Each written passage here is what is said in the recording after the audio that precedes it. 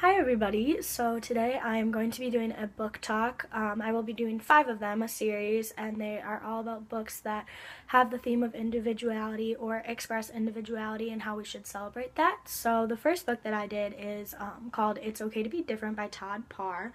So the book, it's a storybook, it's for pre-K to first grade, I would say, and the book is all about how all of these things that make us different are what make us great and make us better. So the book follows a series of sentences with the format of it's okay to be blank. And it's just a really cool book because it's like it's okay to have glasses, it's okay to have brown hair, and it's a good way to introduce the class to a book that kind of talks about inclusivism and how we should respect everybody for who they are and creates that really good classroom environment that I want in my classroom and I feel like teachers should have in their own. My favorite quote from the book is actually not from the book, it's from the author Todd Parr, and the quote is, "Peace is being different, feeling good about yourself, and helping others. The world is a better place because of you."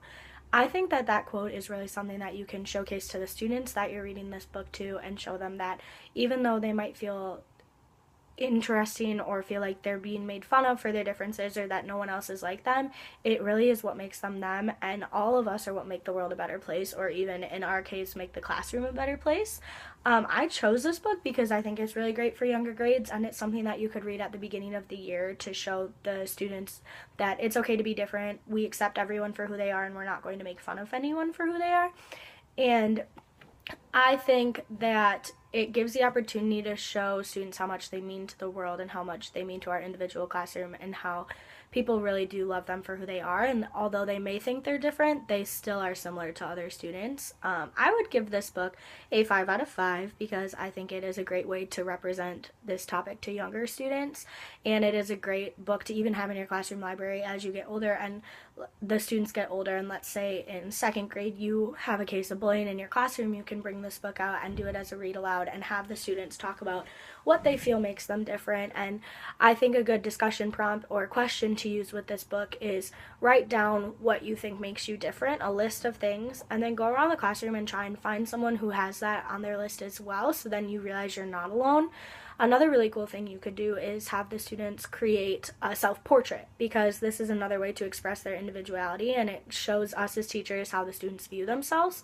And it's really cool because all of the students are going to have different pictures of themselves. They're all going to see themselves in a different way, and it'll just like you can hang them up around the classroom, or you could have the students put it in a portfolio to look at the end of the year. Another really great question I think that can go along with this book is what makes our classroom different. So, students are going to say, I'm different because I like pasta, or I'm different because I have blonde hair, I'm different because I have glasses, I'm different because I lost a tooth. Like, all of those things make those students different, so there really isn't a set thing that the students need to say. You need to let the students express their individuality, because if that's what the whole theme is about, why are you going to take that away from the students? I would recommend this book to other teachers or even parents to read at home with their children, just so that the child knows, even starting school or going into a new school year, that yes, we do accept everyone for who they are. If they look different than us, if they talk different than us, it doesn't matter. Like, we're all still people. I'm a big, strong believer in that you should accept everyone for who they are, because who am I to say that you are any less of a person than I am because of something that makes you different than me?